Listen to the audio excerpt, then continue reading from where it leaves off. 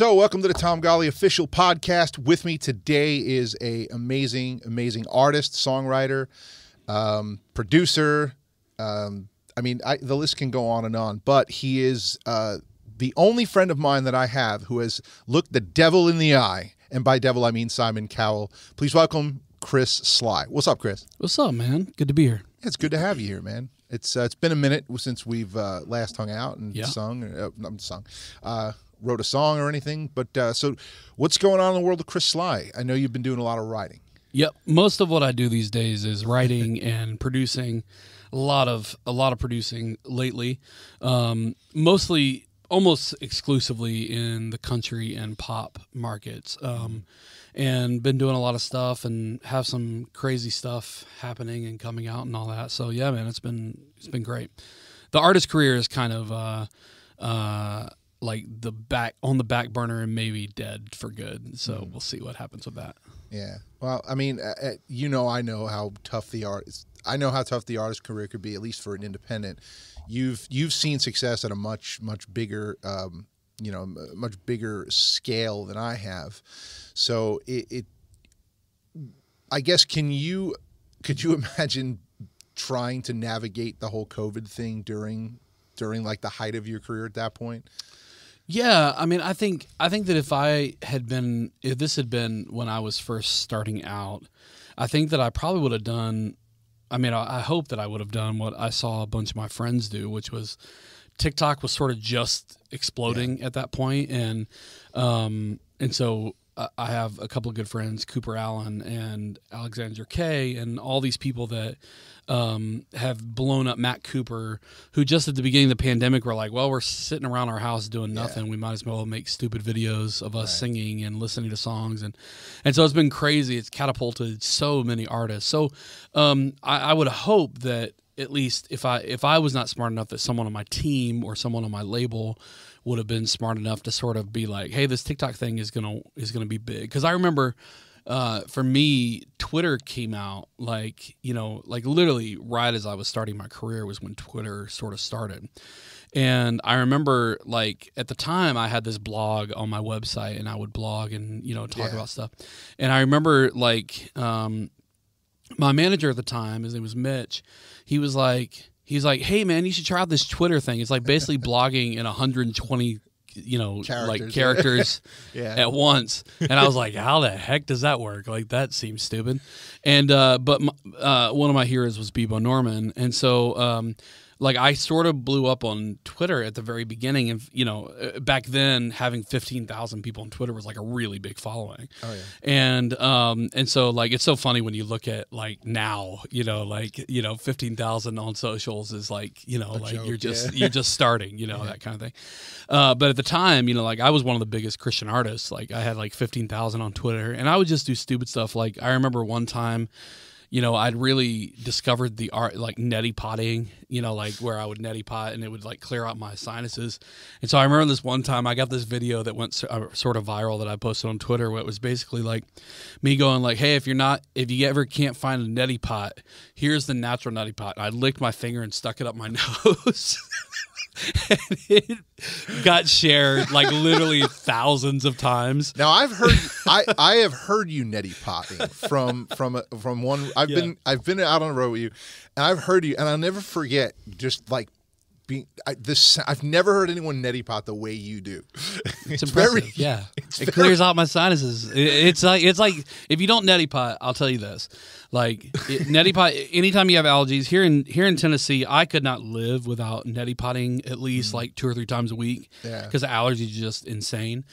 And I really started it when I lived here before because my allergies just got out of control. I never had allergies before in my life. Sure. And so I would neti pot. So anyway, it was like stupid stuff like that. So I would hope that with the same sort of gusto that I jumped into Twitter, that I would have had the sort of frame of mind to jump into TikTok. Because 2 years ago, I remember someone telling me about TikTok and me just being like, this sounds like the dumbest thing ever. You can make 15-second videos. That's stupid. Like, or 60-second videos. Like, I don't know. What can you do in 60 seconds? And it's unbelievable what a bunch of these kids have been able to do with 60 seconds. It's unbelievable. Well, you did a series of videos last year. Now, I for the sake of time, and I'd rather people go to your TikTok and check it out instead of you reiterate the story here. But you had told like a 13 or 14 episode story on there that even I was like, you weren't finished with it. And I'm texting you like, finish the story, please. But like, is that like a thing where like these multi-part stories kind of thing? Yeah, I mean, there's several. I kind of for whatever reason, I've really fallen in love with TikTok, and I write with a lot of TikTok artists. Like I've got, man, I think at last count, like 20 or 25 artists that have over at least 500,000 followers on TikTok that I write with and produce for and all that kind of stuff. And so I just fell in love with the app maybe like during pandemic because Cooper was just blowing up. Cooper's a buddy of mine. And Cooper was just blowing up on TikTok, and I was like, oh, this thing, what is this thing? Like, what's this all about?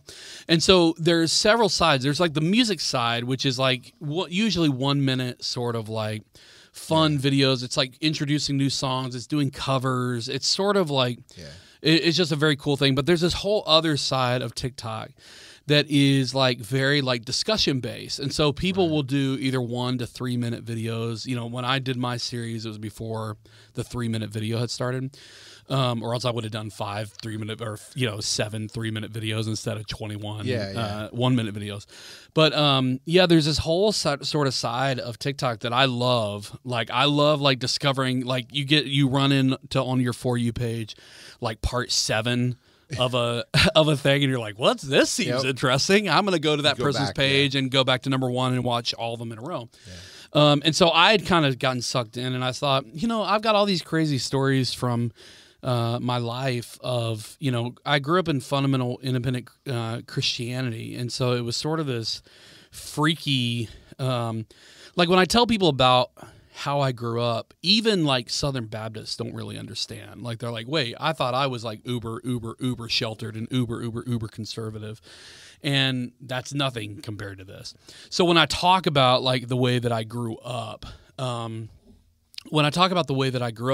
think that it's very unique. It's a very unique perspective in the sense that I think a lot of people didn't grow up in the same way that I did. Yeah. And so, anyway, I just went through, you can find all the stories, and every now and then I'll jump on and tell another different story. It's an amazing story. And I've heard the story told in just a little more graphic detail, than you went into with that. And it's wild. And honestly, sometimes I don't know how to, like, if I've pointed a lot of people to the stories, I'm like, guys, you gotta hear it. Like it's real. And I don't know whether to laugh or cry at the story. Like it's because it's partially like, okay, maybe look at it in a humorous way, but it's not funny. And it's such a weird and the story that Tom's talking about specifically here to the listener is my pastor's wife murdered my girlfriend and then committed suicide. My ex-girlfriend was her daughter, murdered her and then committed suicide. Right. So go watch the stories. It's a fascinating story. It's crazy. But going through it initially, it wasn't until like midway through. And I mean, if I wasn't sure because if people know you, like sometimes it's hard to tell whether you're being funny or being serious because you have such a very funny side and you have a very serious side of you. So I'm like, okay, is this a joke? Is this a joke? I know he's saying it's a true story, but I've heard stories. I've heard comedians be like, I'll never lie to you. Unless I want to. Right. So I'm like, okay, what is this? So then when you start getting into it and you start maybe Googling some of the story, like because you don't name names in a story at all, but it's not hard to find. Right. And it's like, oh my gosh, this kind of thing really happens. Yeah, I mean the story that I told, obviously I'm telling my perspective on the story, and I heard from other people from my church who gave different perspectives to the story and different sides of that story. And so it definitely was a crazy, and there are really funny parts of that story. Like when I talk about like the way that I grew up, I think some of it does feel funny because it doesn't feel real. Like, and I think that people think that I'm exaggerating, but actually I downplay some of that stuff. Oh, like, and so I think that, Like, yes, I think that as I went through that sort of series and talked about that, it was very, very interesting to sort of see the response, because I was getting texts and emails from people that I hadn't heard of in 20 years, It was really, really interesting. So yeah, I think, I'm in this sort of weird space where I'm trying to figure out what faith looks like for me. Yeah. In the new sort of era, because I came out of, I think that you'd be hard pressed to find someone who has made someone in my position, Sure. who has made more sacrifices than I've made financially, from a personal standpoint, in order to follow Jesus. Like, Yeah. in America, and I'm not talking. I know that there are people in Afghanistan and in different countries that have literally given up their life. I'm not saying that that's comparable. What I'm saying is that an American, I to follow Jesus, for me, I couldn't make sense of following him in the fundamentalist sort of independent fundamental Baptist sort of background, and so I left an entire tribe behind. In order to try to find my new tribe. And I don't know that I ever succeeded in finding the new tribe. I just left my everything that I'd grown up with in order to chase Jesus in the way that I saw in Scripture. Yeah. I turned down major label record deals in order to take a Christian deal, in order to be a Christian artist. I turned down massive opportunities in Hollywood in order to work in the church. I had a chance, I won't give details, but I had the chance to be the star of one of the biggest shows in Broadway history that I turned down because I felt like it would hurt my testimony within the church. And so if you look, one time my wife and I sat down and we tried to figure out how much money I had left on the table, just hard contracts, not like this could have led to more money, Right. which would have led to more money, which would have led to more money. And just the money that we knew of stuff that I turned down in order to do, I turned down somewhere in the neighborhood of $5 to $7 million. And so, from my point of view, and that's just that we know of. You know of. Yeah. And so, as I did all of those things, I did them because I felt like that they were the right thing to do. Yeah. And as I have spent more and more time in the church, I sort of wonder now if those were the right choices. I think that the last 5 to 7 years have been really eye-opening for me. I had a really bad experience working at a very large church, and leaving and trying to figure out, how to heal from that. And I think that I've healed from the hurt of sort of making it through a really, really bad situation. Like any bad work situation. Yeah. But, I think the place that I'm coming to is that I believe in God. I as much as I have tried to quit God over the years, I just can't come to the place where I can quit God. I think that faith for me looks like a very, very real thing. I think that when I see what the change is in me, when I look like Jesus, when I act like Jesus, when I live out the fruit of the Spirit, I see a change in me that is not religious. I see a change in me that is beautiful and loving to the people around me. And so I want to be more like Jesus. I want to be more like the fruit of the Spirit. But the church thing, I'm still working through trying to figure out what that looks like for me in this new era. I think there's just so much pain and suffering and mental anguish for me that has come from specifically the American church, the modern American church, that it's hard for me to figure out how to fit that into my life currently. Yeah. But the faith piece, I think, is as strong as it's ever been. So that's sort of, what is, and I think that for the first time in my life, really since I was 18 years old, 19 years old, my livelihood is not tied to being a Christian. When I was in college, I went to a very conservative Christian college. So, you had to be a Christian in order to do that. And then I went to work at a church, and you have to be, very tied into Christianity to do that. And then I chose to be a Christian artist. Obviously, you have to be a strong Christian to do that, and you have to do the right things and say the right things in order to be successful at that. And then I went into church work, and I did the right things, and I said the right things. Mostly, I definitely didn't get it right always. I mean, I did a neti pot video where I stuck my finger up my nose to say that the neti pot was like was that. So, but yeah, I think. Then 5 years ago, almost 5 years ago, I left that, where for the first time, and I did some touring, obviously, as a Christian artist and as a worship leader again. But roughly 2 years ago, in fact, last week was my 2-year anniversary of being back writing and producing in the way that I'm doing it now. So roughly 2 years ago, maybe a little bit before 2 years ago, I came to the place where I was like, I know that I don't want to write Christian music any longer. I mean, I'll do it every now and then, like we've written together a few times and do that whole thing. But as far as like day in and day out, that's not something that I was interested in doing. My best and most popular song was a song we wrote. And on TikTok, I found that this girl right here, I'm going to add her at name on there, but this girl right here, you can check her out. She had an amazing video about spending time with her mentally ill father. Her dad has some type of a disease. Sure. And so it kind of chronicled his whole day in this video, and they used Keep Fighting. And that video got over 1 million views. Now, that made me $0.00. But, it was still cool to see, like, wow, man, for me, it was like, wow, over 1 million people have heard some of these lyrics. Keep fighting, keep moving on, never give up on love, and heard my voice. And I'm like, that's cool. Yeah. Yeah. And so I think it's cool whenever I get to write that, but I sort of separated myself, and it was a very conscious decision. I remember my wife and I having the discussion of like, do we want to still be tied to the Christian, quote unquote, Christian market?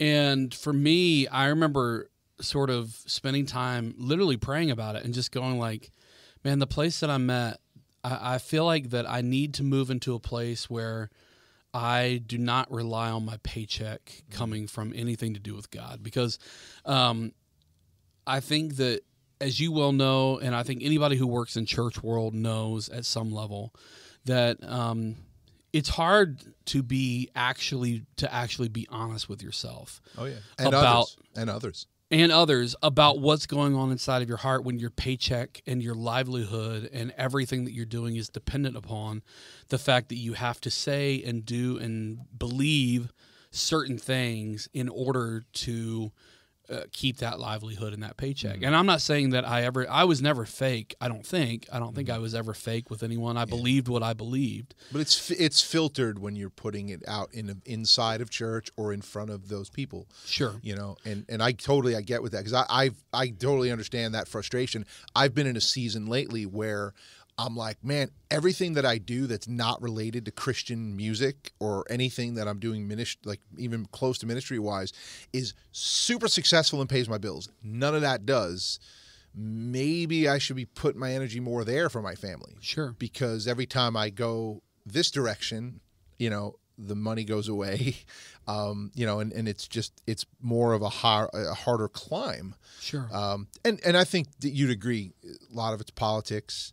And there's this really, I feel like there's this finite amount of space for people to operate successfully within that arena, whether it's music, whether it's Christian films, whether it's anything. But man, you shared a post on Facebook, sort of vent, like, I don't know if it was venting. I noticed you use Facebook and Instagram sort of as a way to express yourself, but for me, it reads a lot like you're like, maybe someone needs to hear this more than it is Chris Sligh has spoken. Like, I don't read them like that. Maybe that's what you want. I don't know. But no, I think that I use Facebook and Instagram really, really differently, actually. Facebook is I only have friends on Facebook, and so it's very private. Like, all my posts are private on Facebook. Gotcha. And so I'm a little bit more open. Like, I actually will discuss, not like I used to, but we'll discuss like light politics and like stuff like that. Certainly we'll discuss more in-depth religion, because almost everybody that is a part of that page came into that page, because at the time that I got my Facebook page, there was no such thing as an artist page. It was only like the normal Facebook page. Facebook hadn't even done like artist pages yet. Yeah. And so I have all these people from American Idol and my career afterwards who are friends who really should have liked a page, but they're friends. And so I've sort of, over the past like 3 years, sort of filtered out to where I'm sort of surrounded by people that, I mean, it's still 5,000 people, but it's 5,000 people that I don't feel threatened, to be honest, with. Instagram, meanwhile, is sort of my industry thing. And so I still will post like thoughts, but they're typically more like inspirational thoughts. Like, here's how to work in this business and make it in this business. Yeah. It's very business or like music business oriented. And so, but yeah, on Facebook, when I write those posts, like it's never, for me at least, it's never about like venting. Cause honestly, like I've been really lucky that, for 8.5 years, I had a therapist that I could vent to. Sure. And then now my wife and I are able to be each other's sort of things that we vent to each other. We have a very cool place in our marriage that we've reached where we can be there for each other in our worst times, that we don't need to use like Facebook or something like that in a way that I used to, maybe needed to 10 years ago or whatever. And so I think like for me, it is sort of that mentality of like, hey, like I shared a post recently, I think the one that you're referring to, where I talk about sort of where I met with the church. Yeah. And my post is not to say, in fact, I said it in the post, I'm not trying to convince anyone else to think like me. I don't care if anyone else thinks like me, but I know based upon the statistics of what we're seeing, when you're starting to see the trend of people leaving the church and why they're leaving the church. And a lot of them are walking away from faith too, but I think there's a lot of people like me who have walked away from church but not walked away from faith. And so I want to speak to those people because I know that they're out there. I see them. I see their posts. And I also want for people who are in the church and still dedicated to the local church in the way that I was for my entire life up until 3 years ago. I want for them to be able to hear the things because I want for them to be able to hear those things too, because I think that it will help them try to figure out how to reach people. Because I think that a lot of times you think about the people who walk away are just the rebellious ones. They're just they were the fringe to begin with. It would be hard to describe me as fringe. I was literally the creative director for 2 of the largest churches in America. Right. I led massive teams of people. I led, if you count the amount of people per service and average it out, total it out, literally millions of people that I was in the mainstream sort of down the middle, what modern American of evangelical church looks like. That is what I did. Yeah. I'm not a fringe person. For me to come to this place where I go, man, like I remember having the discussion with one of my pastors where I wanted to start a discipleship program for my team because we had like 350 volunteers and there was really no discipleship at our church. I'm a church of 7,000 people. And you're just so busy working and doing things. It's hard to, there was no discipleship. They saw small groups as discipleship, and I just don't see small groups. Small group is great for community, but it's rarely actually discipleship. No, it's not. Like it's not actually going deep. And so me and my team wrote and put together an entire online discipleship program. And we did it all. And one day we had an entire day set aside for him to watch little pieces of the video for the pastor. And we got done and he was like, this is cool, but I mean, like, who cares? Why? And I'm just like, and I remember having this like thought then that it took me 4 years to really act upon, which was, if this guy can't see why we need discipleship in our church, why the heck am I in church? Like this isn't what, in my mind, this is not what church. And it took me 4 years to come to that place where I was like, man, there's like not no churches. It's so rare that you find a church that actually is focused on discipleship. Mm-hmm. It's about getting butts into seats. We would literally have those discussions. Like I remember bringing up at another church that I worked at, one of the largest churches in America. bringing up like a discipleship thing, like, hey, why don't we focus on discipleship? Because our people are so hungry. They just want to learn. They want to grow, like the people on our team. And literally, like, the lead pastor of the church looked at me and he said, but how does that get more people in the seats? Mm-hmm. And I just went, well, like, why does that matter? Like, you know what I mean? Well, like, and I've had similar. So I think I've shared this with you, where like when I read all that, I'm like, yes, like this, because I mean, I haven't. My wife and I have not been. We visited some churches here and there. I dabbled a little bit, maybe like a couple months back with like a mega church that I was kind of flirting with the worship team a little bit, where I'd come in and, they'd hand me a mic and stick me at the corner of the stage. And, I'm not in the mix. I'm not even on camera. I go watch the live stream later. Like I literally share it with people. I'm like, go watch this, man. It's great. And then people are like, dude, were you even there? Like, what are you talking about? I'm right there. It wasn't even on camera. That was frustrating. But I just noticed an emphasis on things that just didn't make sense. And I struggle with a lot of of churchianity, as they call it, because it just doesn't feel at all like Jesus is supposed to be the center. And like you said, I feel it's either butts and seats, or it just seems like it's about building this thing and building this. It feels like a business. And I mean, I love a show. I love lights. I love all that in a concert setting. But I feel like I'm starting to feel like on Sunday, it's just there's this weird vibe that it's been giving me for the last couple of years where I'm like, I don't want to be part of that. Like for me, I would much rather go to a very small church that's like one of those little storefront type churches where it's somebody with an acoustic guitar and we're just singing some songs, because that just feels more authentic. Like I struggled big time with being part of one of the big things where they talk about the people in the congregation like a bunch of mindless idiots who, if we don't tell them what to do, they won't know what to do. If we don't show them the lyrics, they won't sing along. And I'm kind of like, well, I mean, I've watched concerts from the 70s and 80s and 90s with no screens and lyrics from some amazing bands with amazing music, and everyone sang every lyric back. They didn't need screens for that. Why do we feel like, is the church full of idiots that, I mean, is that the approach you guys are taking?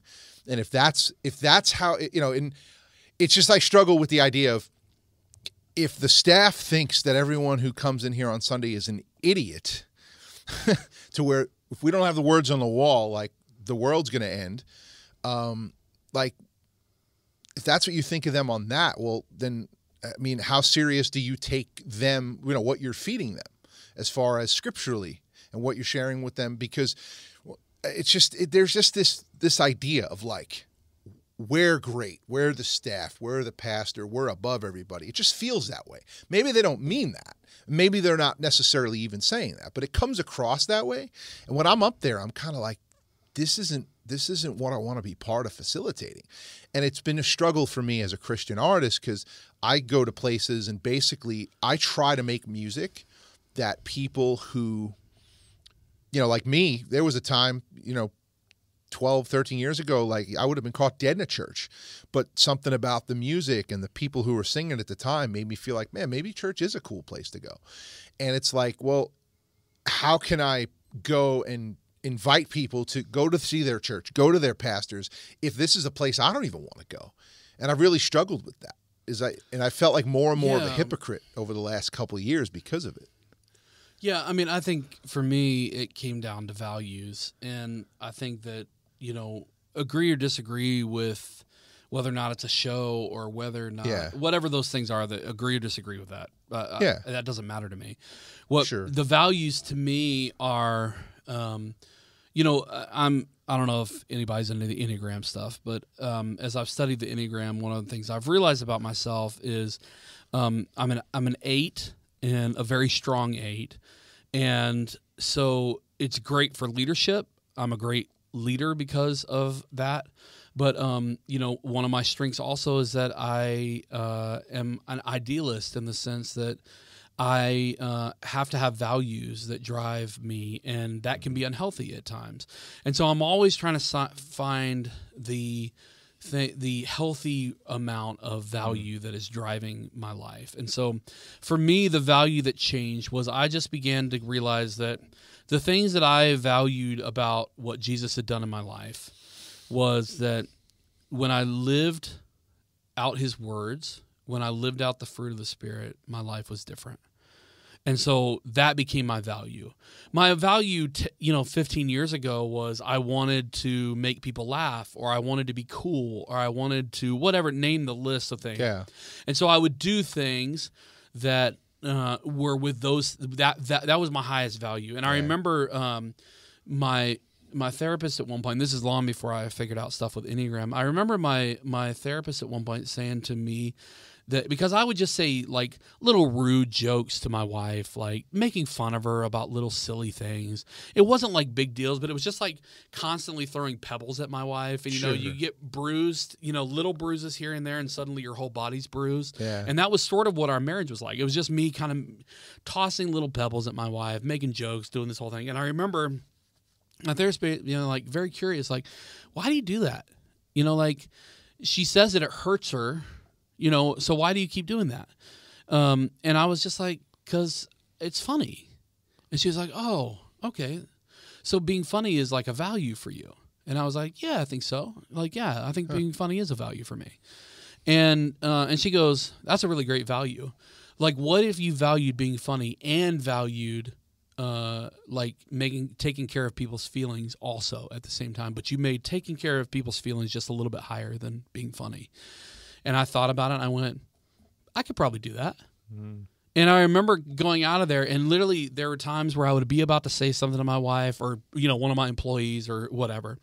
Like, I'm going to make this joke. And I went, well, is that taking care of their feelings? If I say that I value taking care of their feelings more than making the joke, then I probably shouldn't tell this joke. Even though it's a value for me to be funny, it's a higher value for me to say that I take care of people's feelings. So I just wouldn't say the joke, So it revolutionized my marriage. It revolutionized my life.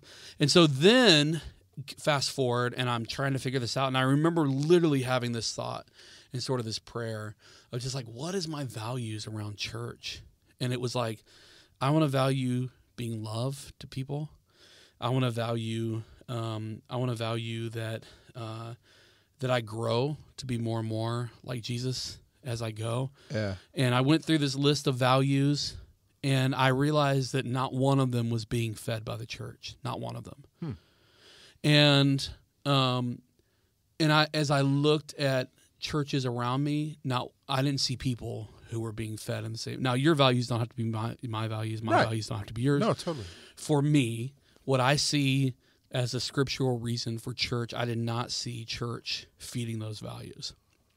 And so you can disagree with me. You can say, as a listener, you can be like, well, I feel like my church, calls me to love. And we could have a discussion if we're sitting around, drinking ahas or drinking beers or whatever is kosher for you in your faith. Yeah. We can sit around and have that discussion, and I could ask questions. And I think that I could convince someone that those values are not being fed by the church. Sure. But the point is that I don't care to convince people. Right. What I want to do is I want to say, this is what are values for me. And I'm not saying those are the right values. I think they're the right values for me. Like, I've spent a lot of time coming to these values. The things that I think are valuable about faith and the church and all those things, I think are scripturally based. And you might have the exact same values and think that those things are being fed by the local church. Yeah. I just have not found that to be true. So it sounds to me like what you're saying is that you have found, and again, and maybe because I'm on a journey as well, and I don't think I'm as far along as you are as far as coming to a place where I'm like, this is where I'm at, and I'm still finding that. But it sounds like you have found that focusing on your own wellness, your own walk, but basically focusing more on yourself has been where you've found the freedom and the peace and all the things that a person should want. Because, I mean, for me, I've struggled so long feeling like I'm supposed to be selfless. I'm supposed to focus on the church first, others first, me last. And I found myself in the most unhealthy, like most spiritually weak place of my life, living that way and focusing more on myself. What are my values and all those things? Trying to find where I'm at there has been where I'm starting to feel like just feel more peace, more of a just more of like, this is who I'm supposed to be, right, versus this other side that I feel like in sometimes, and this is part of my other church skepticism, is the church benefits off the idea of, you know, you need to not worry about you, worry about serving God in our four walls, because they get the benefit of your work, your talent, your maybe even your money, and, you know, no matter what it's doing to you. And then, you know, in my experience, I've had a few times in my life many years ago where it's like, hey, church, this is what's happening to me. I don't know what to do. I need your help. Mm-hmm. And they're like, well, good luck. Yeah. We'll pray for you. And it's like, wow. Yeah, I would maybe frame it just a little bit differently. Yeah, maybe you could probably word it better than I did. Oh, I don't know about that. I mean, your words are your words, man. Mm-hmm. Like, they're great. I would just frame it a little bit differently from me. Sure. What I would say is that I think that one of the realizations that I came to was that God made my brain work in a certain way. And because of my development as a childhood, because of the things that I went through in my childhood, the abuse and the physical and mental and emotional abuse that I dealt with as a child, the sort of abuse of growing up in a abusive religious situation, I developed to be the person that I am, and my brain developed, the synapses developed to fire in the way that they fired. Yeah. Now, I could live the rest of my life and just go like, well, that's how I developed. It is what it is. I came to the realization that I remember this very, very clearly, this conversation I had with my executive pastor at my church in Texas, who is still one of my greatest friends and mentors. Yeah. And I remember him saying to me, Chris, you are literally the most talented person I've ever known, ever. Like, I've known a lot of people in the church. I've known a lot of people outside the church. You're the most talented person I've ever met. Yeah. But the thing that got you here is now your ceiling. And he's like, the thing that got you here is that intense drive to be the best.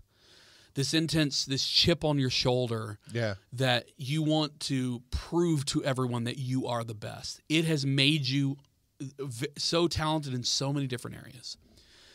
But you're such, and can you bleep out stuff? If you need me to, yeah. He was like, you're such an asshole.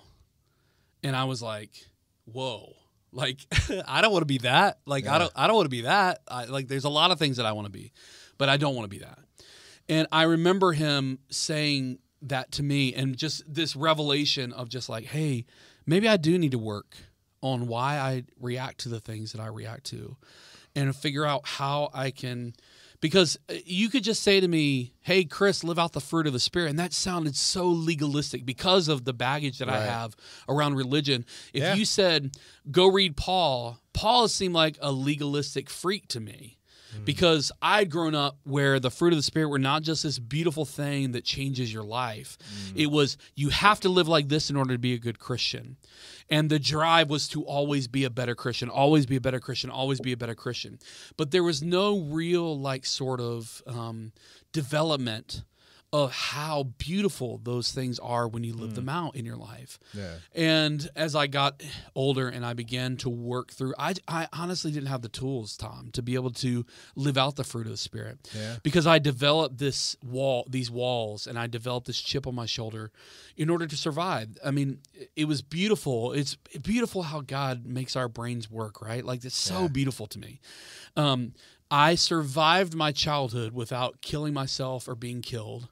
I survived it by becoming this person who you couldn't mess with, and you couldn't, like, that there was no way to get under my skin, and I could hurt you worse than you could hurt me. Yeah. Right? that was how I developed, and that's how I made it through childhood and teenage years. Then as an adult, as I'm trying to live and be more like Jesus, I'm hitting the ceiling of just going like, man, I can't be more and more like Jesus because I'm kind of stuck with how I developed, like this thing. But I also didn't have the tools to be able to change that. I didn't know how to change that. And so what therapy did for me was... But maybe you're not supposed to change it. I think maybe you are. Maybe you're supposed to refine it, but not change it. I don't know. For me, maybe other people. For me, at least, I know that the person that I was able to become, that I have been able to become over the past, 7 or 8 years of sort of figuring out how to see, really what you're doing is you're not changing it. You're right. It's not changing it. Yeah, you're really not changing. What you're doing is that you're giving yourself permission to do something different. Sure. I'm not the 15-year-old kid who would stand up to my abusers and say, "Hey, screw you. I'm not going to let you take me down." Mm-hmm. That 15-year-old kid is still inside me. Like you get me in certain situations, and it's going to pop out eventually. Like less and less these days, but it used to happen all the time. It was like whenever there was a fight and I felt attacked by my wife, I would go to the 15-year-old kid and I was going to, attack. Sure. If I felt attacked by someone at work, 15-year-old kid's coming out and we're going to fight. Not physically fight, but I am quick-witted. I'm quick on my feet. I'm good with words, and I can tear people apart in ways that are very painful to them. And so we may not fight physically, but I can take you down and make you hurt.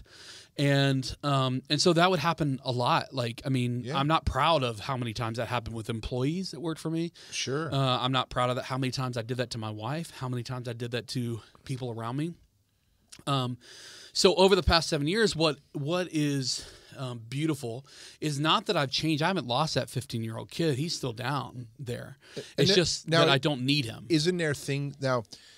It's interesting, man, because I think, again, and we've said this a lot, like there's a lot of things about us that are very similar and a lot of things that are way different. And that's at most people. But I can identify with that huge, man. Now, but where I'm at with a lot of that, too, is like, for me, maybe the version of, he probably is 15. There's a 15-year-old version of me, very similar, where, similar thing. I think I would say if I feel attacked, there's a version of me that's going to come out that, might respond a certain way. But at the same time, I also have recognized the patterns in my life of, like, as a kid, I was like 13 or 14. I went down to this roller hockey rink and everyone was better than me.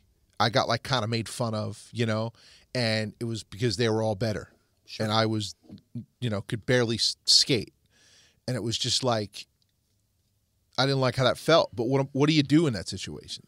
All you can do is this, is what I did do.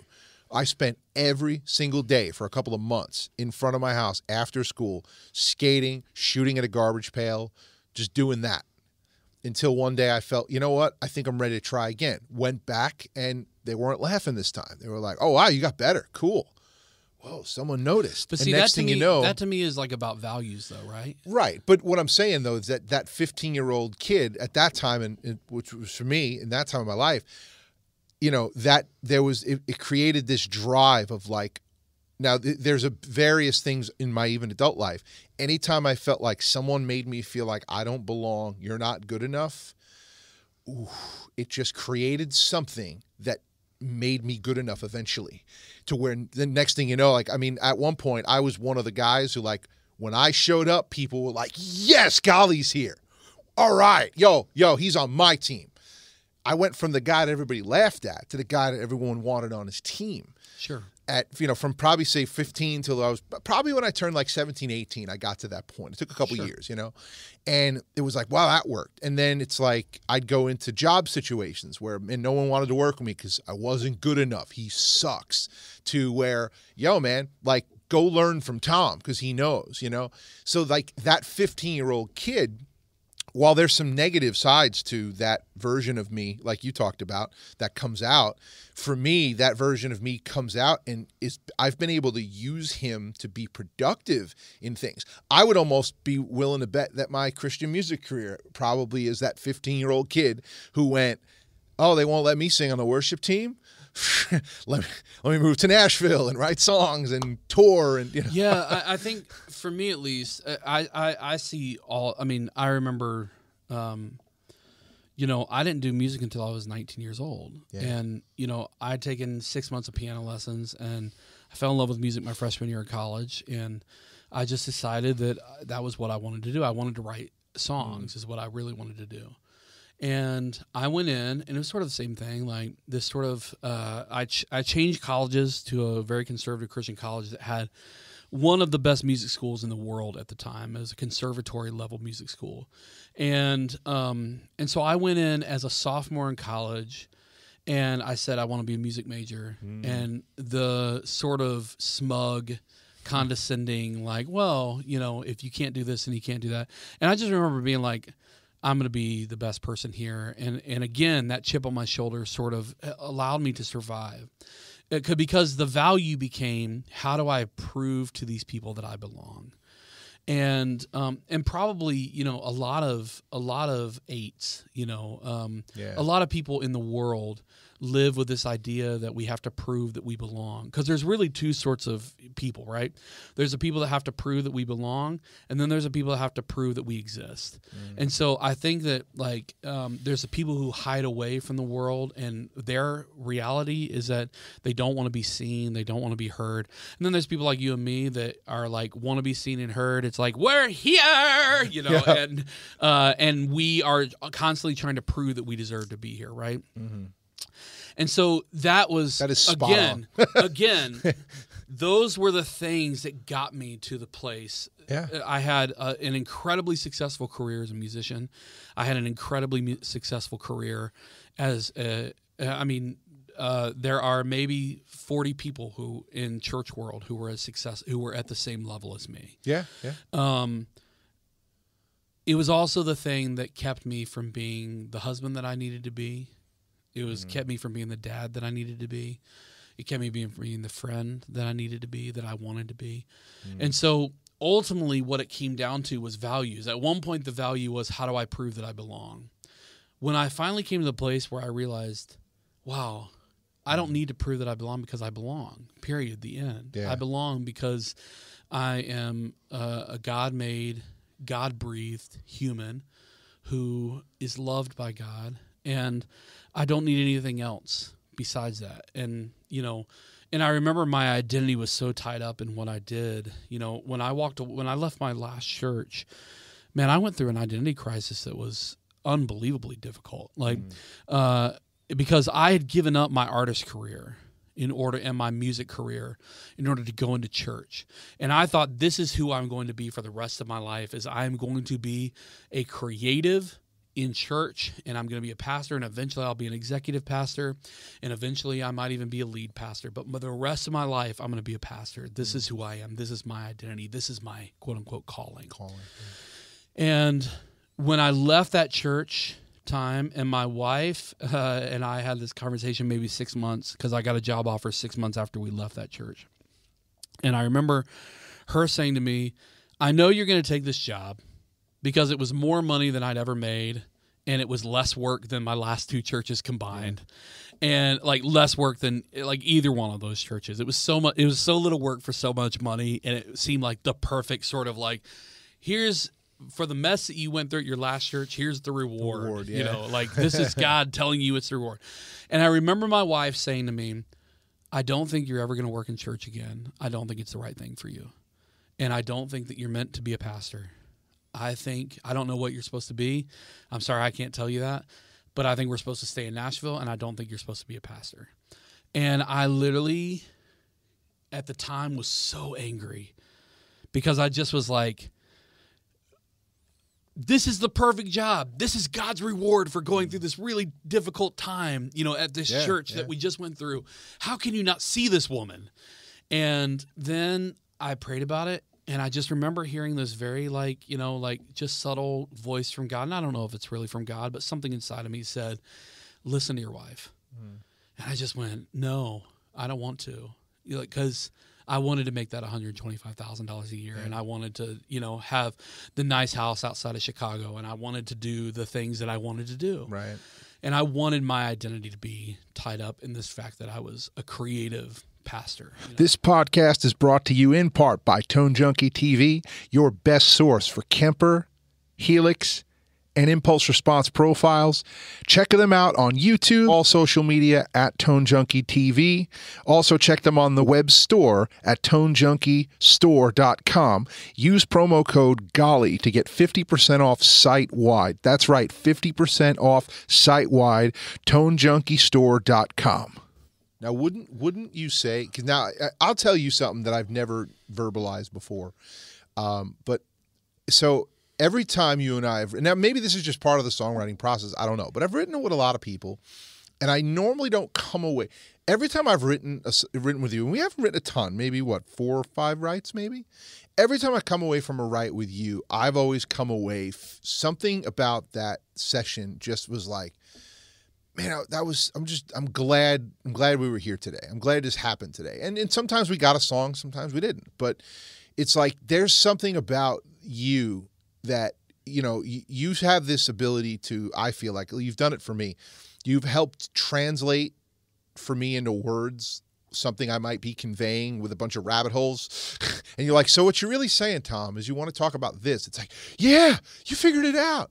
Wouldn't you say, and I'm willing to bet that you've heard that from multiple people, because we have a mutual friend or two, and they have shared how like you helped kind of facilitate a certain confrontation between 2 band members. And wouldn't you say that you kind of are a pastor, just in a different arena and not being paid $125,000 with a house outside of Chicago? Well, and maybe that's again like coming back to the whole thing about values. The value became not how do I make a living in church. It became how do I live out the fruit of the Spirit? And so I think that when you do that on a daily basis and you listen to artists sort of like pour out their heart about whatever it is, because even in the country market, I deal with this, like breakups and friendships that are gone wrong and toxic relationships and, just childhood crap that comes up. And being able to discuss with them, I do feel like that at some level, there is a lot of pastoring that I get to do, but it's not Christian. Like, right. It's never religious. Like, 100%. It's always like from the point of view of like, yes, I hope that everyone who I work with walks away and they go, because to me, the value is I want to live out love. I want for people to walk away and go, man, I don't know what I felt in that like right, but I felt supported and I felt loved and I felt like it was safe. And that's really it. Like, and I'm not saying that I always succeed at that. Like, I think that there are definitely people that are harder to do that with than others. For whatever reason, and that's okay. Like people, some people come in with walls up, and it's hard to break down those walls. And honestly, that's okay. Like my version of love in the situation is sometimes to turn around and just work on the track, like instead of like trying to have a deep conversation with them about something. So anyway, I do think that at some level that I am able to pastor, but my identity now is not tied up. There's this thing with American, like it's a very American problem, I guess if you view it as a problem. We as Americans tend to tie our identity up in what we do. And so it's like 87% of American men say that they are what they do. Yeah. And like 69%, 70% of American women would say the same thing, like that their job or that they're a mom, stay-at-home mom, they are what they do. And it's very different. Like Japan is really the only country that's even close. Like I think they're at like 55 to 60% of men and like 40% of women. Like you go to like Europe, Italy is like 3% of women and like 5% of men identify what they do. Germany, it's like 15 and But why 10. why do you think that's the case? I think it's because we are raised with a very specific set of values from the time that we're very, very young, that we are going to become something. It's part of the American dream. Part of the American dream is that you can do and become anything that you want, and you can make as much money as you want, and you can do this and you can do that, and you can be this thing. Just baked into the American dream is the idea that you are what you do. You become this thing. Right. You do this thing and you become this, right? It's baked into the American dream. I would guess that that's probably why it is. And so, you know, as I sort of had this, what I call my conscious uncoupling of what I do from who I am. Sure. It was sort of like, it gave me freedom. And dude, it was the scariest, honestly, the scariest time that I've ever experienced in my life. Probably 2017, middle of 2017 to like, honestly, like maybe June of 2019. So like that 2-year period was the scariest time in my life because I was letting go of this idea that I am what I do. Yeah. And at the same time, having no idea what I was going to do for the rest of my life. Having no idea. Yeah. It's like, am I going to go get a job at Target and Costco? Like, what am I going to do? Like, because in 2018, so in 2017, I turned down this church job in like June of 2017, July of 2017. And then I spent the rest of 2017 booking for 2018. And I booked about 85 to 90 shows. Wow. And just... you know how much work that is, right? Booking 20 shows is freaking a nightmare. Yeah, booked 85 shows, and I exhausted every single resource that I had. I was like buying like lists of churches and cold calling churches. I spent so much time booking 85 shows. It was unbelievable. Yeah. Every single contact that I had that worked at a church, I exhausted, right? And I came to the place as I got through 2018 and I played, you know, close to 90 shows. I'm burnt out and exhausted. And I literally in 2019, going into 2019, I'm just like, there's no way that I could do this every year for the rest of my life. There's just no way. Like, yeah. I don't even know who I would ask anymore, you know, like who I would ask for more shows. Like, there's no way. And it was like we were barely making enough money to get by, you know, right. Like, and so I remember coming to this realization of like, okay, I can't be this. I can't do this. And at the meantime, I've been doing all this emotional work around releasing myself from who I am, from what I do. And I just remember like coming to this place where I was just like, okay, if I have to go get a normal job, quote unquote normal job, then that's what I'll do. Like, cause I've been lucky enough that since I was 25, 26 years old, I've worked full-time in the church, or I was an artist full-time. Yeah. And so at that point for 15, 16 years. And so I came to this place where I was like, okay, if I have to go be a manager at Costco or, you know, a manager of a Domino's or whatever that looks like, I'm willing to do. And around that time period, I worked with this guy named Chad Chaney, who we both know. And he brought me in to write with this girl named Holly Salazar. And when I left town, like most people don't know this about me, like, so I had 6 top 20 songs as an artist on the Billboard chart on the Christian side, and then a bunch of cuts, but with other artists. But the biggest one is a song called Here Comes Goodbye for Rascal Flatts. It went #1. I left town less than 2 years after having a #1 song, to go work in church world again, to save my marriage, become the man that I wanted to be. It took a long time. I was out of the industry for 8.5 years. In the meantime, I'd always sort of produced, but from 99, when I started really writing, to 2011, 2012, I had written probably 2,500 songs. From 2012 to 2019, I'd written maybe 15 songs. And so when I left town, I thought, this is the end of a season. This is the end of a career. I'm not going to be a songwriter. I'm not going to chase this thing. I filled up my life with other creative endeavors that allowed me to be fulfilled.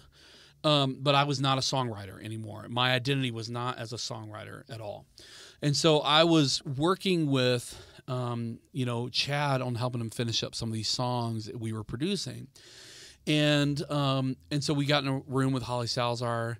And then in the meantime, there was this kid from California named Nate Smith, who was a country artist, and he had reached out to me 5 or 6 times, going like, "Hey man, I'd really love to write with you. I come into town every 3 or 4 months to write. Could I write with you?" And I turned him down literally like 5 times in a row. Finally, like the 5th or 6th time, whatever it was, he reached out, and I remember telling my wife, I was like, "This guy's not going to leave me alone until I just say yes. So I should just say yes." So I made him come all the way up to my house in Springfield where I lived at the time. And he literally rented a car for that day just so he could drive up to Springfield, to come up and see me. It's a haul from Nashville. It's about 45 minutes, from Nashville. And so he drives up, we write, and as he's leaving, he's like, dude, I've written with so many big writers in town. You're one of the best I've ever written with. You should do this.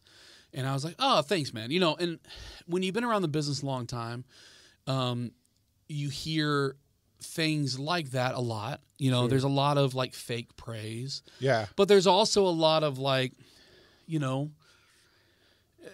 being good isn't enough. You have to be incredible in this to do what I want to do. If I'm going to do something, I'm not interested in being good enough to get a deal. I'm interested in doing it to be one of the biggest writers that's ever lived. Sure. No, I may fall short of that, but that's going to be the goal. Is that I'm going to work with that in mind. Yeah. Yeah, if you want to go to the moon, you have to shoot for the stars. You can't, if you want to go to the moon, if you want to go to the moon, you have to. If you want to go to the sky, you have to shoot for the moon because you're never probably going to reach. Most human beings are never going to achieve the goal. So you have to reach past it. So absolutely. Right. So he says you're one of the best writers I've worked with. So you're really great. So I know that without. I don't feel arrogant in saying this. I know that I'm a good writer. I've done it so much. Yeah. That I know that I'm good. Whether or not I'm great, I don't know yet. At the time, I was like, I just don't know if that's true. Well, then in our second write, where we finish up the song that we started with Holly literally, as she's leaving, says, hey, I don't know why. She's this wonderful, wonderful. I don't know if you know Holly, but wonderful. We wrote together with her once. Yeah. Oh, that's right. That's Holly. right. Yeah. Holly's wonderful, and as we were leaving the second write, she was like, hey, I felt like I was supposed to tell you this last time, but I really feel like I'm supposed to tell you this time. God's had it on my heart for this whole time. I just really feel like you're supposed to be in songwriting. You're really good at it, and I think you should do that. And it was the second time within a week and a half that people had said almost the same words to me. And so I just went, oh, I should. It was just a mental note. So that was April of 2019. And I'm still figuring out. I feel like I had succeeded in kind of uncoupling myself from what I do. Yeah. I'm no longer tied that who I am is what I do. But I don't know what I'm going to do now. Now I know that I'm a dad and I'm a husband and I'm a friend and all these other things. That's my identity. My identity is not that I'm a songwriter or a producer or whatever. Yeah. My identity is the things that matter to me, the values. Again, going back to values. Mm-hmm. And so I think that I was like, well, maybe this is something. So literally from April until June, I just thought about it. I was working on other stuff. I was working on production stuff. I was just trying to figure out because we wrote "Keep Fighting" in February of 2019, and you were kind of in that season even then of I don't really even write much with others. You had asked a while back, and I thought, let me give it a try.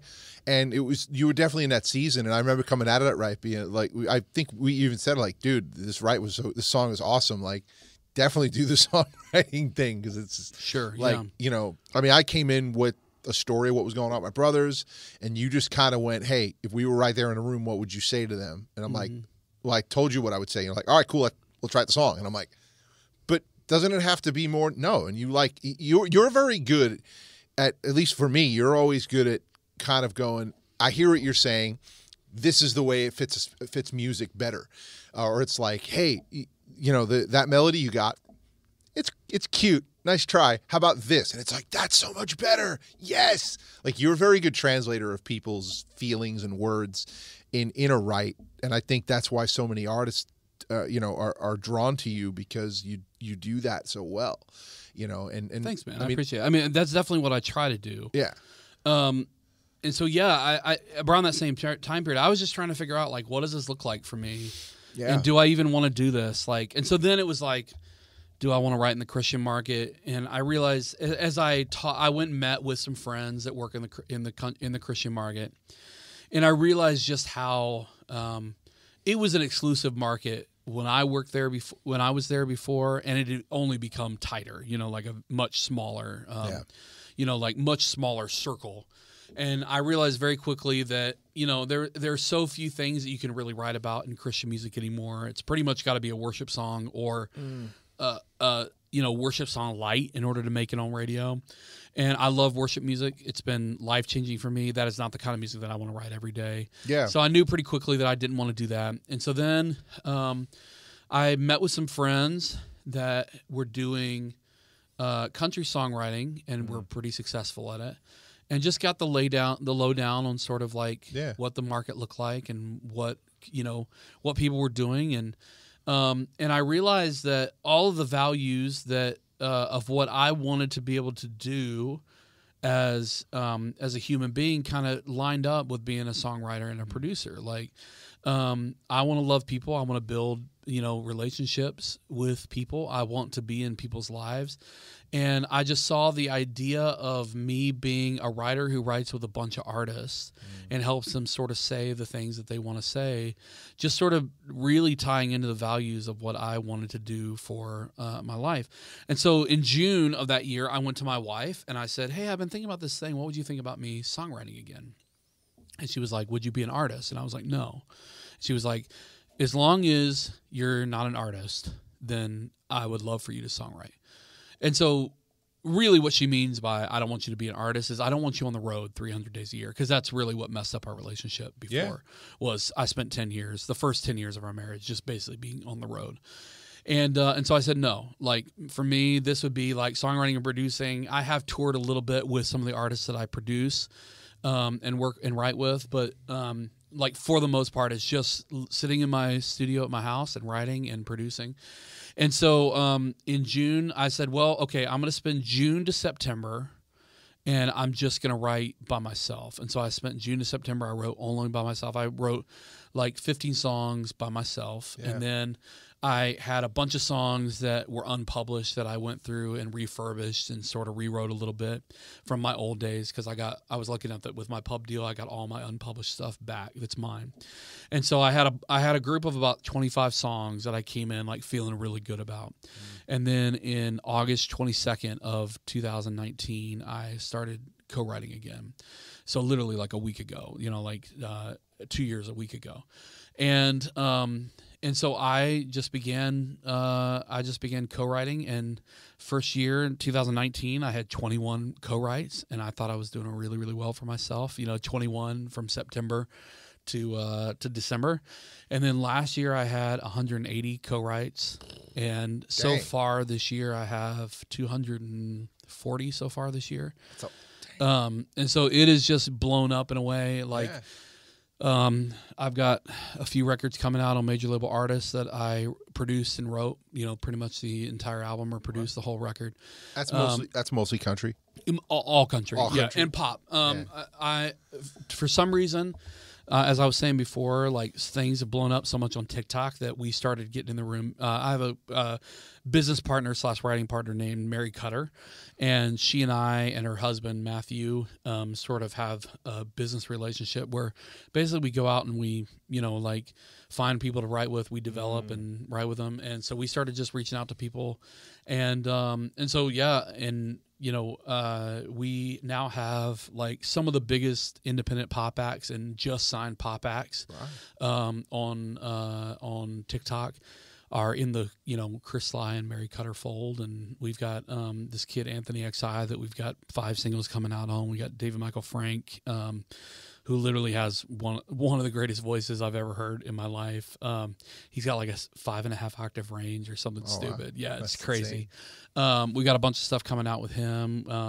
So it has been an insane sort of like 2 years of just, I remember one of the things that I look back on my time in Nashville before when I had, a quote unquote career. When I look back on that time period, when I came into town, I had a record deal and a pub deal waiting for me because I was on American Idol. It ended up just being a thing where I literally signed a management deal, and I had my manager help me find a pub deal and a record deal. And so I had 3 record deal. I actually had 15 record deal offers, but 3 in the Christian music industry, and then I had like 10 pub deal offers. They just told me, we think this is the one that you should buy, that you should take. sign this and sign that. And I went, oh, cool. Met with the people, and those are the right people. So I literally moved into town with a record deal and a pub deal. Yeah. I never had to build a crew of people that I came up through the ranks with. And so here I am. I'm now, 15 to 20 years older than everybody else who's sort of starting from scratch. And I just came into town, and, I remember like my old publishing friends were like, oh, are you just going to go get a deal? And I was like, no, I don't think so. I think I'm going to actually like kind of like just write a bunch of stuff and build up my catalog and maybe never take a deal again. And because I know what hit songs can do. Hit songs get you in the room wherever you want to be. And so I just literally started like writing, and I've built a crew of people that I love and that I trust and that I believe in like beyond belief. And so, I think in the last 2 years, I've written with something like 200 artists. And so was COVID a blessing or a curse to that whole For me, it was a blessing. Blessing. Yeah. Yeah. Cause, now most of Nashville just sort of shut down. Mary, I remember Mary, texting me, at the beginning, like she had just gone back to Kentucky, where her family's from, and she was like, and we thought, like everybody, we thought quarantine was going to be like a 2-week thing, and then it would be over. And so she had gone back to Kentucky, and she was like, hey, all my rights have canceled. If I can book some rights on FaceTime, yeah. Do you want to jump on FaceTime? And I was like, sure. I mean, I lived up in freaking Springfield anyway, so it was like, I was out in the middle of nowhere, so it was easy for me. It was easier than me having to drive down into town or someone drive up to my place.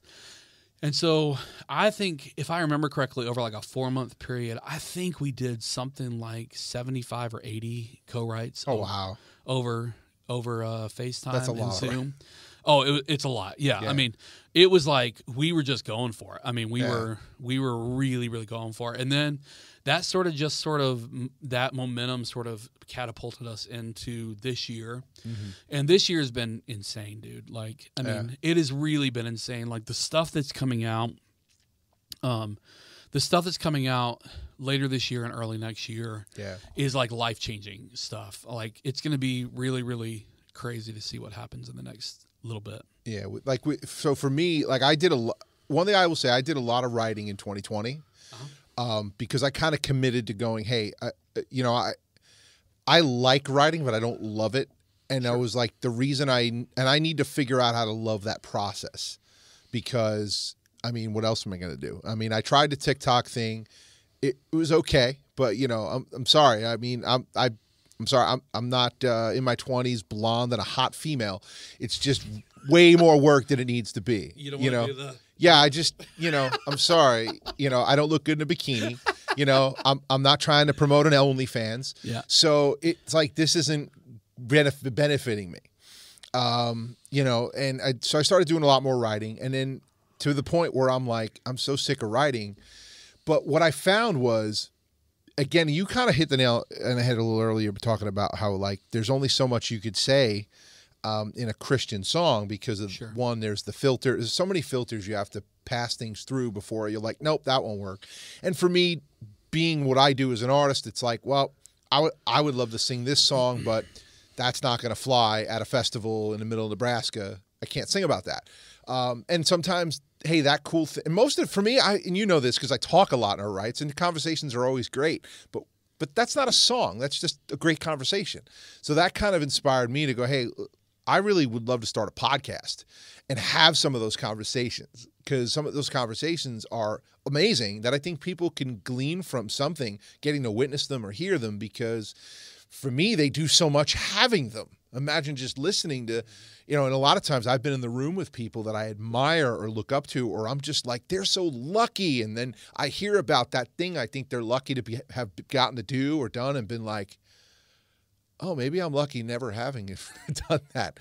For years, I wanted a record deal. I wanted to tour. I wanted to be on Winter Jam. I wanted all of that. And I've met people who have all of it, and I'm like, I'm not so sure I really want that. I think I kind of really like where I'm at, because I have so much freedom and power, and to go and play where I want to play in small towns, and I can make it make sense. The small town people I like way they're amazing people. They feel so blessed that even though they never heard of me, thank you for coming here and doing this. No one else comes here. It's like, wow, there's a place for me here. So that's been a kind of a cool journey. But for me, I definitely have, like you said, COVID was a blessing. So for me, COVID was a half curse, half blessing, because I love to play shows. I love to perform. That's why I do all the processes to do that. And, but it's created other things. Here, I now have a podcast studio that we rent time. We produce podcasts. We're in the process of developing a few as like producers, and I enjoy, like you could probably identify with this. I enjoy helping give people a platform to, express themselves in a verbal way or even a visual way. For me, it feels good. I think. Would you say that that's sort of what you enjoy the most about being a songwriter, is helping someone else turn their idea into a song, or they express themselves in an arena of a song? Yeah, I mean, I think that's definitely part of it. I mean, part of what we do, because ultimately, like, we have to sell records, for it to be worth anything. Yeah. And so we walk this fine line, and it's the same thing with podcasts. Like, you have to have a podcast that's interesting in order to do it. But yes, I mean, like, when I have those happy, those happy sort of times where you meet in the middle, where you say something really, really honest and really, really good that you just know. Like, there's this girl, Morgan Johnston, that we wrote a song called Sad for Me with. One of the best songs I've ever been a part of. And, like, the hook, like, when we got to it, the hook is, I'm happy for you, I'm just sad for me, because it was like, it was like a breakup, and it's like, I'm happy that you moved on with your life and that you're getting better, but I'm sad for me that I didn't get that version of you, Mm-hmm. And we wrote this really honest song about her ex-boyfriend, who's a very famous songwriter, and this is like a true story, and we're writing it, and we're just like, oh my gosh, this is like unbelievable. This is amazing. We wrote this song. There's a girl named Zandy Hollop that we wrote a song called Runs in the Family. That's like one of the most brutally honest songs that I've ever written. And it blew up massive on TikTok. And we were just so surprised because we were not expecting it. We just thought this is like a really honest song. So yes, there is that piece of me that goes like, man, how much of an honor it is that I get trusted with people's feelings and that sort of thing. That's definitely, if I were to put a percentage on it, that's probably like 40% of what I get really excited about. And then like 30% of it is like, I just like wordplay and I love messing around with stuff and like figuring out. And then like probably the other 30% is I just love, like chasing that melody that makes you feel what the words are saying, like in a way that's really unique and different. And I grew up, again, like not doing music. So when I took music, I learned how to compose classically. And so like part of what you learn how to do is actually set, like the mood of the melody. Like the melody should make you feel something that if you sing that melody, you should know what the melody is saying without the words, like you want to. And so I love chasing those things where you can sing a melody and it makes you feel the thing that the words are saying. Now, a lot of like, I'd say Christian music fans, worship music fans may not quite grasp what is so like I know the answer to this, but I think a listener might not. And this is something that I struggle to explain to people without coming across like a complete jerk. And so you're better at probably explaining this, but some may not realize what is the difference between writing about Jesus and writing about other stuff. And I think the difference is I personally feel like sometimes it's easier to write a Christian song because the rules are right there in front of you. You can just literally steal scripture and put it to melody in a lot of ways. But it's also like, I have definitely found it to be very hindering sometimes to be as honest as you want to, because you have to resolve a song. You almost always have to resolve it. Everyone, it's like, well, let's sing about this problem and how annoying it is. Cool, let's do that, but let's make sure it's like a psalm where it's like, well, but Lord, I know you're in this. And it's like, but that's how I feel right now. I'm still in that season of like, I don't know what you're doing, Lord, and I want it to stop. I'm not ready to I'm more, like for me, a lot of times I feel like our songs almost always have to resolve themselves. And a lot of times I feel like whether it's myself as the artist or someone else I'm writing with, where even they're like, well, the song kind of gets derailed because it's like, well, I'm not really in a season to admit that, like, I'm not in control, you are, God, because I'm still hurting and still, you know, but we can't keep that in a song. Whereas in a country song, you can write about, I mean, for argument's sake, this relationship and she left me and I hate her. And it stays there. It's never like, but I know I'll meet someone else eventually and everything's going to be okay. Like, well, that's the, you know what I'm saying? Yeah, I think that there is sort of a, I think that there is sort of a thing that you can do. So in country music, it's all about the hook. Like, one of the things that I love about, so every genre has rules, right? It's just, Sure. Christian music tends to have a bunch of rules that you kind of have to follow in order to sort of fit in the box. Yeah. Country music has its rules. It's just a much exponentially larger box. And then pop music is like, you can just say whatever. Do whatever you want. Yeah, you can do whatever. I mean, if you listen to lyrics of pop, it makes no sense a lot of the time. Body, yada, yada, yada, yada, yada. Yeah, I mean, I think that it is what it is. It's fine. I actually love pop music, and but as I'm writing more and more pop music these days, one of the things that's sort of freeing is trying to find, you know, like coming from Nashville, it is a thing where pop artists want to write with Nashville people because they know that you're going to write good lyrics. And so it's like, it's sort of a fun thing to be able to fit within the pop world to write. So yeah, I do think that writing country music is all about the hook. And so if you can land like a smart hook, and then there are country artists like Jason Isbell, or, you know, go down through this sort of alternative country, you know, artists, and they just go, well, the rules say that I have to have a hook that makes sense, so forget that. I'm going to do what I want to, you know. So there are rebels in that genre also. It's just, you know, I look at it sort of going like, oh, there's a circle of what can make a Christian hit that's this big, and then you have the circle of what can make a Christian hit in country music that's this big, that's massive.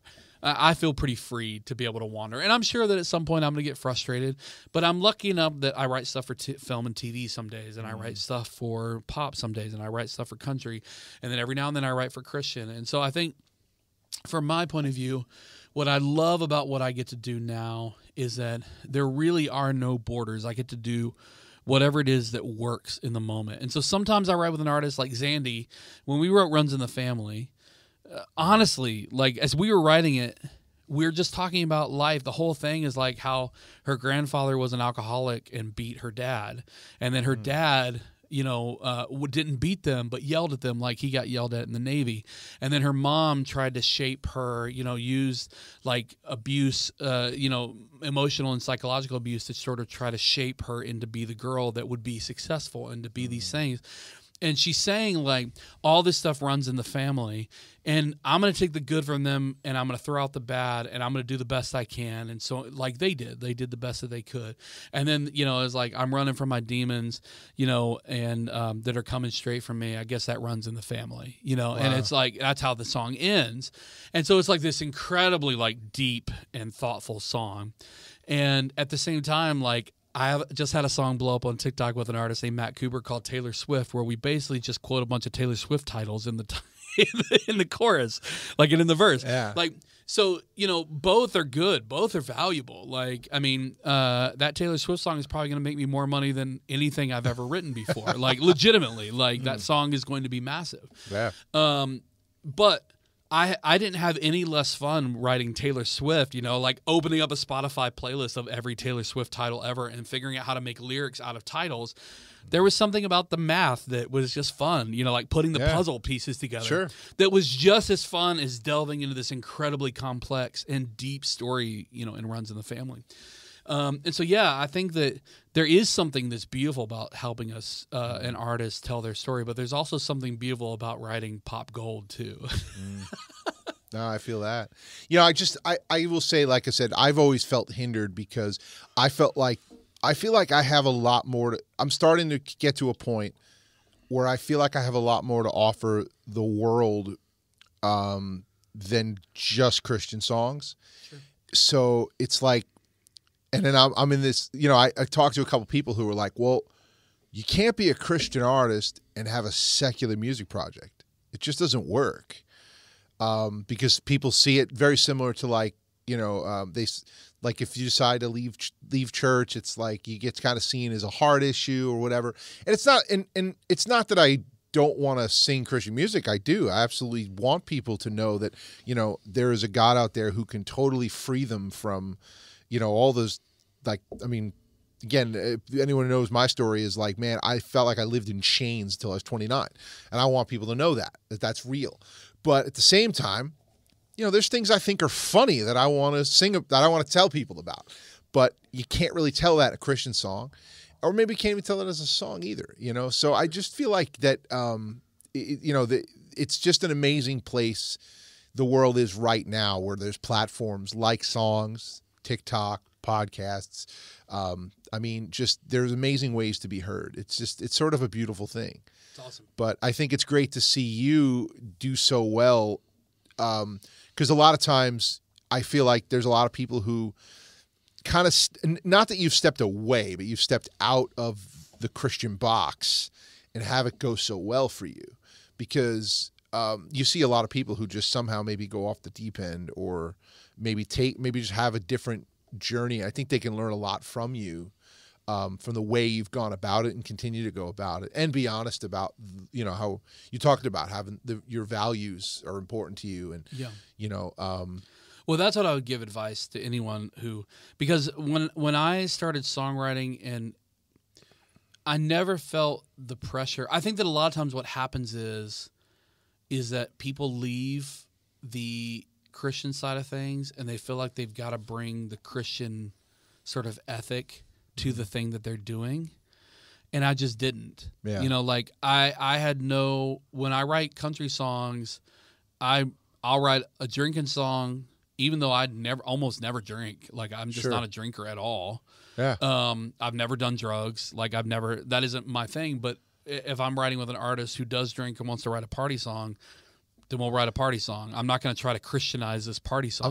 I'm still waiting for you to write a song about Asian food.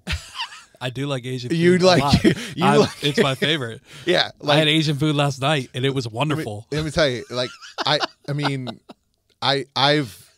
don't think I've ever seen you as happy as when you're just eating a couple of plates full of Asian food. Yeah. And, dude, you introduced me to pecan pancakes, that every time I go out that has them, that's what I get. I just never knew the glory. Cracker Barrel. Yeah. Cracker Barrel. Yeah. Dude, like, I never knew the glory that was where I'm from, that's pecan. We say it right, I think. Pecan. Pecan's fine. Pecan, pecan. I mean, my mom says pecan pie. Yeah, it's like pecan, pecan. It doesn't matter. But yeah, it's because in honor of you, I always order them as pecan pancakes. And my kids are like, "Isn't it pecan?" I don't know. And then I tell them the story. Depends on where you're from. Yeah. Depends on where you're from. But I tell them a story. Well, the person who told me I should try them ordered them as that, and in remembrance of him, we will order them as pecan. But yeah, that's awesome. But I'm waiting for an Asian food song. Probably not going to happen. I did write a really funny song. Like I've never worked a day on a farm in my life, and we wrote this song called "Dirty Stuff." That's like this hilarious song that's like, I want to do dirty stuff with you, but it's all like farm based. It is so awesome. It's one of my favorite songs I've ever written, and I've literally never hoed a row or like dug in the mud ever in my life, and it was amazing. It was one of the greatest experiences ever. You've written a couple of play on words fun songs, right?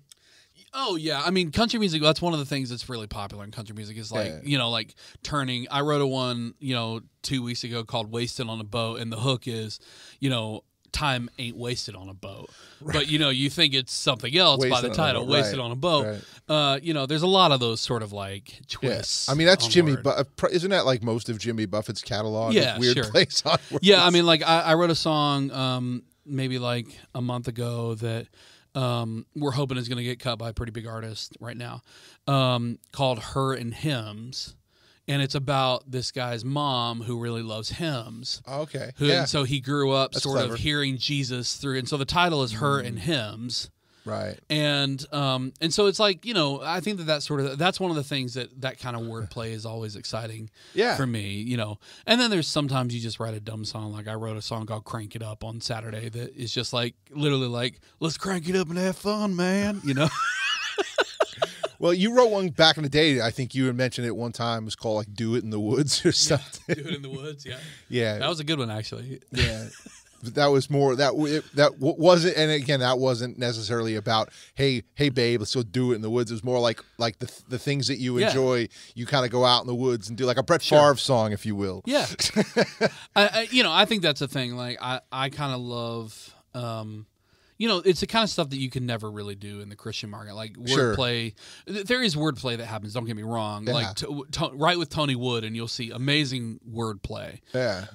But it's just a different level of. It's just a different kind of thing. Yeah. I would love to write with Tony Wood. I would just every person I know has pretty much written with him, and they're just like it's almost like. Now, it's probably not like this, but I almost equate it in my head. It'd be like going to visit Doctor Strange, and he's got like books on the wall, and he waves magic wands, and amazing songs fly around. Like that's in my head. I mean, there is something like I do this thing when I write that I call the magic trick that I learned from Tony, which is if you're in a room with like 2 or 3 people, it's hard to do with just one person, but like you're in the room with 2 or 3 people, and they'll be talking. And I'm literally sitting there with my phone, and I'll just be typing, and someone will say something, and it's like these words are out in the air, and I kind of grab this word, and I grab this phrase, and I grab this phrase. And then they're talking, and about 5 minutes later, I'll just be like, hey, guys, I might have something for a verse. I don't know if this is right. And then I'll read off the verse, and they'll be like, I think that's it. Like, that's the verse. Like, and Tony used to do that. Like, Tony was, like, amazing at that. Like, you would just be talking, and all of a sudden he's like, hey, guys, I might have something over here. Like, I don't know. Might be right. It might be right. Yeah. And then it's perfect, Yeah. But meanwhile, the truth is he just opened up a portal to a dimension and pulled the song out and was that's what I do. That's what I do. I mean, I have the dark arts, going pretty well. Well, dude, thanks so much for having me on this podcast, man. This is a lot of fun. Dude, it's dope having you on this. And, I mean, one thing I enjoy about someone like you is that, man, like, there's so much to know about Chris Sligh. Tell people where they can find you. Yeah, Instagram, everything is Chris Sligh, ChrisSligh, like Slay, but without the E. So Chris Sligh. Everything is just /Chris Sligh. Facebook, Instagram, Twitter, all that stuff. Awesome, man. Well, dude, we'll definitely have to have you on again. Yeah, please. And, you can, and I'm excited. I think that this year we should have like a podcast all about sports, and we should have a roundtable about why and even though I'm a Jets fan, that Tom Brady is the greatest quarterback of all time. I actually finally agree with you, Tom. Really? Yep. Peyton is my boy, but it's undeniable now. He went and did it without Belichick. And don't you hate him though? You hate him. I love Tom Brady now that he's not a Patriot. I love him. He's so awesome. Dude, I'll be honest, I almost bought a Brady Bucks jersey just because, and look, maybe it's just 2 guys. I mean, I'm finally willing to publicly state that I'm going to be 41 soon, and but maybe it's just, there's part of us that maybe look at him and go, like, look, he went somewhere else and no one can take the credit from him. I want to do that. I want to be that guy. He's 1 year older than me. Yeah, and he's playing football, and I can barely get out of bed in the morning. So I have so much respect. I'm like, you're the GOAT, dude. You're the GOAT. Dude, I mean, I can barely get up the stairs of the studio the last few days. All the work I've been doing, the physical labor I'm doing home, and I'm watching this guy get tackled by 300-pound 25-year-olds. You just got to tip your hat to him. I mean, and he never once did it shouting Omaha. You leave my boy Peyton alone. Now, Peyton, listen, I think Peyton was better than him in a lot of things, but he's just not the greatest. He's just second greatest. Tom is the greatest. Yeah. Peyton is now the second greatest. Yeah, so. And we need to end the podcast here because I'm getting physically angry being forced to say that. I was worried you get angry on this podcast, but I didn't think it would be about that. That sports is about the only thing I get angry about these days. All right. Well, and I mean, I'm sure you're still angry about Jimmy G still being your quarterback. No, he's fine. Well, thanks, man. Appreciate you. Yeah, thanks so much. God bless.